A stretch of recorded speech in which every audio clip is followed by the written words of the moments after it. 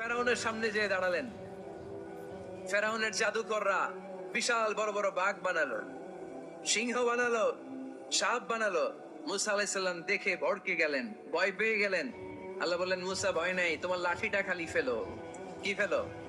মুসা আলাইহিস সালামকে একটা লাঠি দিছে কে? লাঠি ফেলার সাথে সাথে মুহূর্তের মধ্যে হাইয়াতান তাসআ, বিশাল এক অজগর সাপ। এই বিশাল অজগর সাপ ফেরাউনের জাদুকরদের বানানো সব বাঘ, ভাল্লুক, সিংহ আর সাপগুলো রেখে বিশাল ফানা ধরে আছে। আর সাপ বলতে শুরু করেছে, আর কি আছে নিয়ে আয়। সুবহানাল্লাহ কইতে পারলেন না?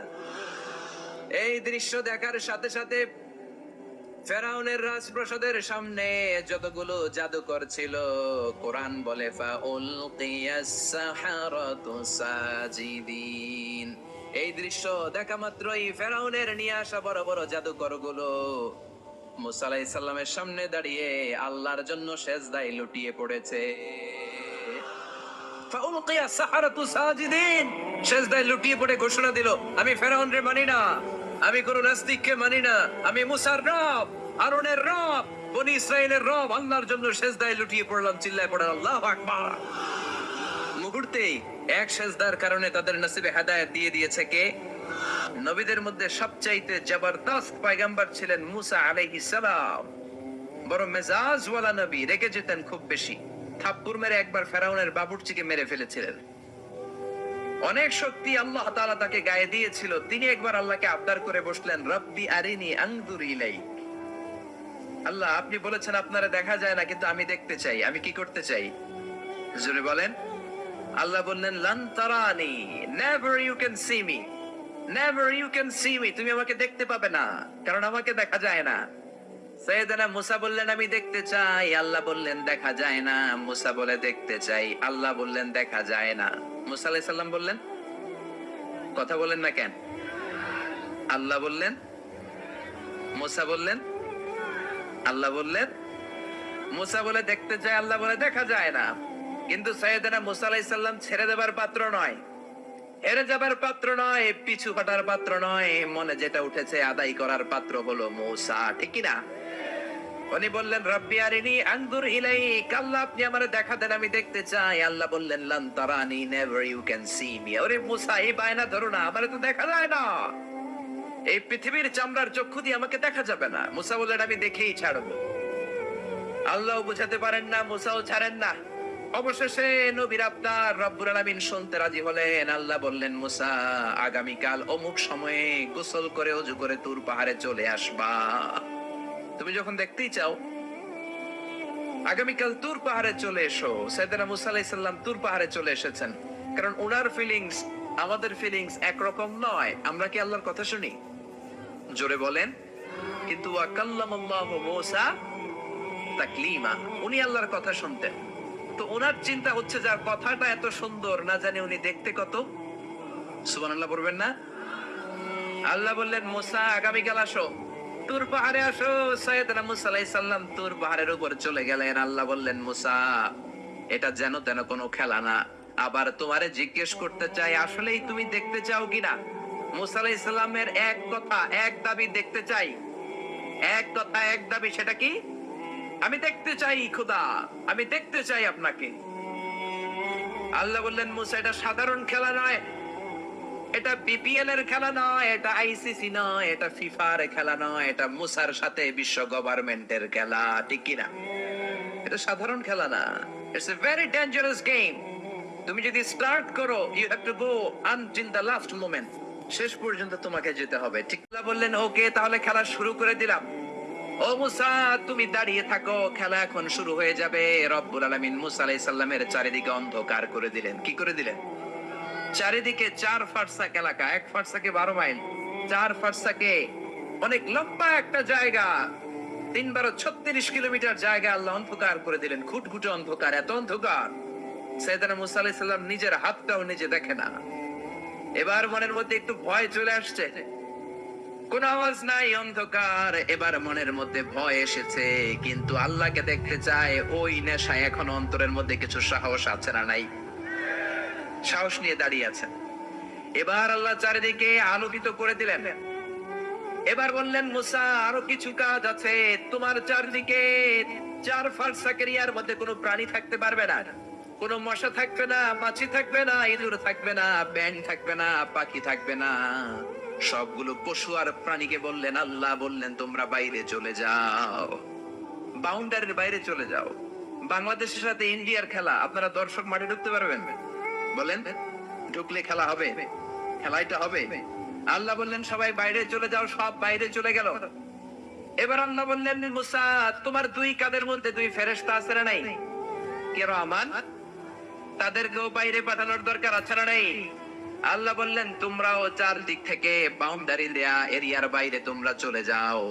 এবার রব্বুল আলামিন বললেন আল্লাহর স্পেশাল সিকিউরিটি ফোর্স ফেরেশতাকে তোমরা 4 দিকে বাউন্ডারি দাও। স্পেশাল সিকিউরিটি ফোর্স ফেরেশতা কাদের সাথে কাঁধ লাগিয়ে পায়ের সাথে পা লাগিয়ে 4 দিকে একটা বাউন্ডারি দিলেন। চিল্লায়ে বলেন আল্লাহু আকবার। এবার সাইয়েদনা জিবরাইলকে আল্লাহ বললেন ও জিবরাইল তুমিও ঢোকার চেষ্টা করো না, তুমিও বাইরে চলে যাও। সুবহানাল্লাহ। সাইয়েদনা জিবরাইল বলে আল্লাহ আমাকে তৈরির পর থেকে, আমাকে রূহ দেওয়ার পর থেকে আজ পর্যন্ত তোমারে আমি দেখি নাই। সিদরাতুল মুনতাহা হলো আমার লাস্ট বর্ডার, ওই বর্ডারে কান লাগিয়ে তুমি যা বলো শুনি, ওই কথাগুলো নবীদের কাছে পৌঁছে দেই, এটাই আমার ডিউটি। আজ পর্যন্ত আমিও তোমারে দেখি নাই, তোমার নূর এখনো দর্শন লাভ করি নাই, আমিও দেখতে চাই। আমার ভাই মুসার সাথে আমাকেও দেখতে দাও। আল্লাহ বলল no no, this game is between Musa and me. এটা মুসার সাথে আমার খেলা, তোমার তো খেলা নাই, ঠিক কি না? জিবরাইল তুমিও বাইরে চলে যাও। সাইয়েদনা জিবরাইলও বাইরে চলে গেলেন। এবার একেবারে গ্রাউন্ড রেডি, স্টেডিয়াম রেডি। এবার খেলা হবে। খেলা কি হবে? যদি বলেন কি হবে? মুসা আলাইহিস সালামের বিশ্ব গভর্নমেন্ট, আল্লাহর সাথে খেলা। আল্লাহ বললেন মুসা তুমি উপরের দিকে তাকাও। সাইয়েদনা মুসা আলাইহিস সালাম দ্বিতীয় আকাশ, তৃতীয় আকাশ সব দেখতে আরম্ভ করলেন। প্রথম আকাশ, এটা বিশাল একটা area, it's a big space, we can't imagine. এটা কত বড় আমরা কল্পনাও করতে পারি না, বিশাল। এই যে ছোট্ট একটা জায়গায় আমরা কুমিল্লাতে বসে আছি। কুমিল্লা হলো বাংলাদেশের 64 জেলার একটা জেলা। 64 জেলা নিয়ে আমাদের সুজলা সুফলা শস্য শ্যামলা বাংলাদেশ। এই বাংলাদেশ হচ্ছে পৃথিবীর অনেকগুলো দেশের মধ্যে থেকে ছোট্ট একটা দেশ। এক কানাডা বাংলাদেশ থেকে 100 গুণ বড়, এক রাশিয়া বাংলাদেশ থেকে 200 গুণ বড়। এরকম 200টা দেশ নিয়ে এই পৃথিবী, তার মধ্যে দেশগুলো হচ্ছে 30 ভাগ আর সাগর হচ্ছে 70 ভাগ। চিল্লায়ে বলেন আল্লাহু আকবার। তার মানে এই পৃথিবীর তুলনায় কত ছোট্ট একটা জায়গায় এই সূর্যপুরে আমরা বসে আছি। কত নগণ্য আমি, কত ক্ষুদ্র আমি, কত ছোট্ট আমি, ঠিক কিনা? এই পৃথিবীটা হচ্ছে আমাদের সৌরজগতের অনেকগুলো গ্রহের মধ্যে থেকে ছোট্ট সাইজের একটা গ্রহ। এই যে সূর্যের আলো আমরা প্রতিদিন পাই, যেটার আলো প্রায় 8 মিনিট 20 সেকেন্ড ব্যয় করে আমাদের দিকে আসে, সেকেন্ডে 1,86,000 মাইল বেগে। এই সূর্যটা এত বিশাল পৃথিবীর চাইতে 13 লক্ষ গুণ বড়। আরো আসতে বলেন সুবহানাল্লাহ। সূর্যই কি পৃথিবীর সবচাইতে বড় সাইজের তারা? নো, সূর্যের চেয়েও অনেক বড় তারা আছে। বেটেলজিউস নামে একটা তারা আছে, যেই তারাটা, যে সূর্য পৃথিবীর চেয়ে 13 লক্ষ গুণ বড়, ওই বেটেলজিউস তারা সূর্যের চেয়ে 33 কোটি গুণ বড়। তার মানে এই না বেটেলজিউসই পৃথিবীর সবচেয়ে বড় তারা। সূর্যের পরে পৃথিবীর সবচেয়ে কাছের তারার নাম হচ্ছে প্রক্সিমা সেন্টরাই, তারপরে আলফা সেন্টরাই এ, আলফা সেন্টরাই বি, এটা ক্যারিনা, বেটেলজিউস, এরকম করতে করতে এক একটা তারা বিশাল বড়। এই সবগুলো তারা মিলে আমাদের গ্যালাক্সি। আমাদের গ্যালাক্সিতে অনেকগুলো তারা। আমাদের গ্যালাক্সির নাম হচ্ছে মিল্কি ওয়ে। এর মানে এই নয় মহাবিশ্বে মাত্র একটা গ্যালাক্সি। বিজ্ঞানীদের ধারণা প্রথম আকাশের নিচে প্রায় 400 বিলিয়ন গ্যালাক্সি রয়েছে। 4 গ্যালাক্সি নিয়ে আমাদের ইউনিভার্স। এরকম হাজারো ইউনিভার্স গোটা বিশ্বে আছে না নাই? এই সবগুলোকে প্রথম আসমানের নিচে রেখে আসমানটাকে সুশোভিত করেছে কে? সাইয়েদনা মুসা আলাইহিস সালাম প্রথম আসমানের দিকে তাকালেন, ওনার চোখের পাওয়ার বাড়িয়ে দিল কে? উনি এই গ্যালাক্সি দেখতে আরম্ভ করলেন, ব্ল্যাক হোল দেখতে আরম্ভ করলেন, ইউনিভার্স গুলো দেখতে আরম্ভ করলেন, ডিফারেন্ট ল অফ নেচার নিয়ে যত ইউনিভার্স আছে তিনি দেখলেন। তারপরে দ্বিতীয় আকাশ, একটার চাইতে আরেকটা বড়, একটার চেয়ে আরেকটা বড়। আমরা কিন্তু প্রথম আকাশ দেখি না। নাসার বিজ্ঞানীরা আজীবন গবেষণা করেও প্রথম আকাশের নাগালে যেতে পারবে না। তারা যেখানে যায় এটা হচ্ছে প্রথম আকাশের মহাশূন্য। এটা কি? প্রথম আকাশের মহাশূন্য, তারপরে প্রথম আকাশ, তারপরে দ্বিতীয় আকাশের মহাশূন্য, তারপরে দ্বিতীয় আকাশ, তারপরে তৃতীয় আকাশের মহাশূন্য, তারপর তৃতীয় আকাশ। একটার চাইতে আরেকটা বড়। কত বড়? বিষ্ণু বললেন তোমার হাতের আংটিটা। কোনটা? আংটিটা যদি সাহারা মরুভূমিতে ফেলে দাও, তাহলে সাহারা মরুভূমির তুলনায় তোমার আংটি যত ছোট, আল্লাহর দ্বিতীয় আকাশের তুলনায় আল্লাহর প্রথম আকাশটা ঠিক তত ছোট। এভাবে তৃতীয় আকাশ আরো বড়, চতুর্থ আকাশ আরো বড়। সাইয়েদনা মুসা আলাইহিস সালাম দেখলেন 7 আকাশ দেখলেন। তারপরে তিনি দেখলেন সিদরাতুল মুনতাহা দেখা যায়, সেখান থেকে দেখলেন 4টা ঝর্ণা, 4টা নদী। 2টা জান্নাতে ঢুকেছে, 2টা নদী সিদরাতুল মুনতাহা থেকে দুনিয়ায় এসেছে। একটা নদীর নাম হলো মিশরের নীল নদী, আর একটা হলো ইরাকের দজলা নদী। সুবহানাল্লাহ। তারপরে নজর করে তাকালেন, সেখানে দেখলেন তিনি কোরআনের বাড়ি দেখা যায়। বাল হুয়া কুরআনুম মাজিদু ফি লাওহিম মাহফুজ। নাম শুনেছেন? লাউহে মাহফুজ কার বাড়ি? কোরআনের বাড়ি। লাউহে মাহফুজ কার বাড়ি? নজর করে দেখে কোরআনের বাড়ি দেখা যায়। সাইয়েদনা মুসা আলাইহিস সালামের চোখের পাওয়ারকে বাড়িয়ে দিয়েছে কে? ওনার চোখের মেকানিজম। তারপরে নজর করে দেখলেন বাইতুল মামুর দেখা যায়, যেই বাইতুল মামুর হলো ফেরেশতাদের কিবলা। আমরা হজে গেলে, উমরায় গেলে আল্লাহর ঘরকে সেন্টারে রেখে চারদিকে তাওয়াফ করি, লাব্বাইক আল্লাহুম্মা লাব্বাইক করে আল্লাহরে ডাকি। ফেরেশতারা এই কাবার চারদিকে তাওয়াফ করে না, তাদের জন্য আরেকটা ঘর, আল্লাহর বানানো আরেকটা ঘর 7 আকাশের উপর আছে না নেই? সেটার নাম হচ্ছে আল বাইতুল মামুর। সব ফেরেশতারা সেখানে তাওয়াফ করে, একবার করে ঢুকে 70,000 জন। একবার যারা ঢোকার চান্স পায় কিয়ামত পর্যন্ত দ্বিতীয়বার চান্স তার কপালে জুটবে না। করে সুবহানাল্লাহ। তারপরে তিনি নজর করে দেখলেন আরশ দেখা যায়, কুরসি দেখা যায়। তারপরে নজর করে সাইয়েদনা মুসা আলাইহিস সালাম দেখলেন আল্লাহর 70,000 নূরের পর্দা দেখা যায়। 70,000 নূরের পর্দা দেখা যায়। সেখান থেকে আল্লাহ গায়বী আওয়াজ দিয়ে বললেন, মুসা লাস্ট ডেস্টিনেশনে চলে এসেছো, একেবারে ফাইনাল গেট। এই গেটের পরে আর ফিরে যাওয়ার কোনো জায়গা নাই। শেষবারের মতো জিজ্ঞেস করি, খেলা কি চলবে নাকি থামিয়ে দেব? সাইয়েদনা মুসা বলে চলবে। সাইয়েদনা মুসা বললেন কি চলবে? কি সাহস ওনার, কি শক্তি ওনার, কি মেধা ওনার, কি কিউরিসিটি ওনার, কি অদম্য আগ্রহ ওনার। উনি বললেন খেলা চলবে। এত দূর এসেছি, পিছনে ফিরে তাকার মানুষ আমি নই, ঠিক কি না? আল্লাহ বললেন মুসা তাহলে ঠিক আছে, খেলা শুরু হয়ে যাবে, একটু শক্ত হয়ে দাঁড়াও। সুবহানাল্লাহ পড়েন। এই প্রথম আল্লাহ তার নূরের তাজাল্লির ফোকাস পৃথিবীতে ঢেলে দিবেন, এর আগে পড়ে নাই। আল্লাহু আকবার।